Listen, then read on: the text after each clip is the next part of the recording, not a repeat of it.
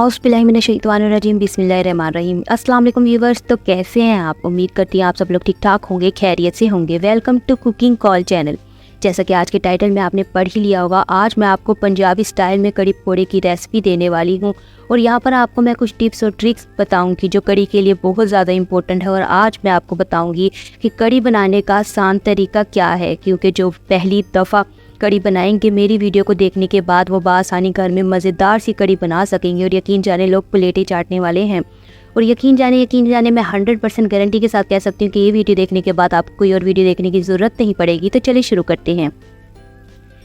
जैसा कि आप देख सकते हैं, यहाँ पर मैंने 4 अदद हरी मिर्चें ले ली थी और एक मैंने तकरीबन 2 इंच का अदरक का टुकड़ा ले लिया था और 4 लहसुन के जो ले लिए थे और एक बड़े साइज़ का मैंने प्याज ले लिया था, जिनको सब चीज़ों को मैंने अच्छी तरह से ग्राइंड कर लिया था। और यहाँ पर मैंने 1 प्याला बेसन लिया है और लस्सी जो है वो मैं लस्सी इस्तेमाल करने वाली हूँ, क्योंकि कड़ी जो है वो लस्सी की बहुत मज़ेदार बनती है। तो यहाँ पर मैंने 1 किलो यानी कि 1 लीटर लस्सी ले ली थी, वो इसको मैं यहाँ पर थोड़ा सा ऐड कर लूँगी और ये सब चीज़ों को ग्राइंड कर लूँगी। अब मैंने ऐसा क्यों किया, बेसन को मैंने ग्राइंड इसलिए किया कि इससे क्या होता है कि हमारी जो कड़ी है ना उसमें गुठलियाँ नहीं बनती हैं, लम्स नहीं बनते हैं। तो इन सब चीज़ों को हम अच्छी तरह से छान लेंगे कि अगर बची कुछ जो गुठलियाँ हैं ना वो भी निकल जाएँ हमारी कड़ी से। फिर यहाँ पर जो हमारी लस्सी बच गई थी ना वो सारी लस्सी यहाँ पर मैं इसमें डाल दूँगी। अगर आपके पास लस्सी ना हो तो आप यहाँ पर लस्सी की जगह यहाँ पर दही भी यूज़ कर सकते हैं, तकरीबन आधा किलो। लेकिन जो कड़ी है ना वो लस्सी में ही मज़े की बनती है। यकीन जाने कड़ी की जो टेस्ट है ना जो लस्सी में बनता है वो अलग ही देता है, एक रिच से टेस्ट देता है मज़े का। फिर यहाँ पर तकरीबन आप लोगों ने पानी जो है ना, क्योंकि कड़ी को हमने बहुत ज़्यादा पकाना होता है, तो पानी आप यहाँ पर 1 से 1.5 लीटर डालिएगा। मैंने तकरीबन 1.5 लीटर पानी डाला था, तकरीबन 1.5 किलो यहाँ पर मैंने पानी डाला था। फिर हम यहाँ पर इन सब चीज़ों को अच्छी तरह से पका लेंगे। जब ये हल्की सी गर्म हो जाएगी जो हमने चीज़ें डाली हैं, फिर मसाला जात हम यहाँ पर ऐड कर लेंगे। तकरीबन 1 चम्मच नमक, 2 चम्मच लाल मिर्चें, 1 चम्मच यहाँ पर हल्दी जाएगी और आधा चम्मच ज़ीरा जाएगा, सफ़ेद ज़ीरा, ठीक है। इन बस 4 मसाला जात हमने यहाँ पर यूज़ करने हैं और कोई मसाला जात हम यूज़ नहीं करेंगे कड़ी में, ठीक है। फिर इन सब चीज़ों को अच्छी तरह से मिक्स कर देंगे और चम्मच साथ साथ यहाँ पर चलाते रहिएगा कड़ी में, क्योंकि इससे क्या होता है बेसन जो होता है ना वो नीचे बैठ जाता है, तो उससे हमें डर होता है गुठलियाँ बनने की।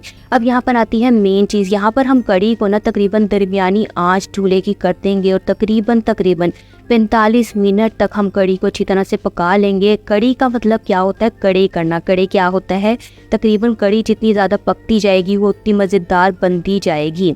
तो यहाँ पर हमने तकरीबन कड़ी को 45 मिनट के लिए पकने के लिए छोड़ देना है और बीच बीच में हमने यहाँ पर चम्मच जो है ना इसके अंदर चलाते जाना है कि हमारा बेसन नीचे ना बैठ जाए, हमारी गुठलियाँ ना बन जाएं, ठीक है। अब यहाँ पर कड़ी को जब अच्छी तरह से पका लेंगे, और अब आती है मेन चीज़। कुछ लोग क्या करते हैं कि कड़ी को गाढ़ा करने के लिए यहाँ पर कॉर्नफ्लोर डाल देते हैं, जो रेस्टोरेंट स्टाइल्स में होता है, जो कि बहुत बुरी बात है। कड़ी तो भाई मज़े की बनती है अगर हम उसको देर तक पकाएं। तो यहाँ पर मैंने 1 चम्मच ऐड कर दिया था ऑयल, आप घी भी ऐड कर सकते हैं, इससे भी बहुत मज़े का बनने वाला है।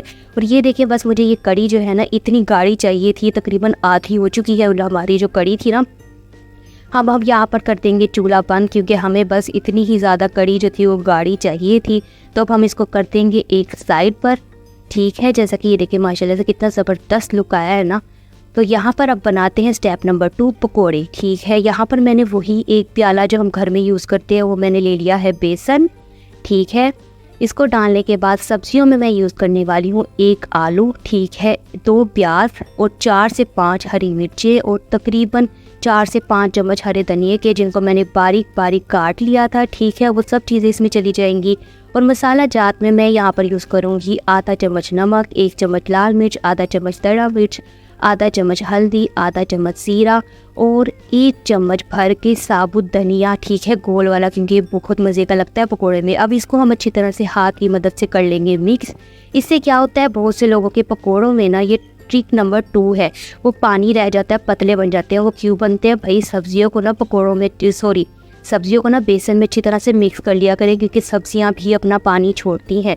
फिर यहाँ पर थोड़ा थोड़ा पानी कर ना जितना हमें गाढ़ा मटेरियल चाहिए होगा ना पकोड़ों का हम कर लेंगे, जैसा कि आप वीडियो में देख रहे हैं, ठीक है। ये देखें माशाल्लाह से इसको आहिस्ता आहिस्ता हम करते जाएंगे हाथ की मदद से। और तकरीबन मैंने यहाँ पर 4 से 5 चम्मच जो है ना पानी के डाले थे, सिर्फ 4 से 5 चम्मच, और हमारा मटेरियल पकौड़ों का हो चुका था रेडी। ये देखिए माशाल्लाह से। अब इसको हम साइड पर कर देंगे 2 से 3 मिनट के लिए। ये देखिए अपना सब्जियों ने भी पानी छोड़ दिया है।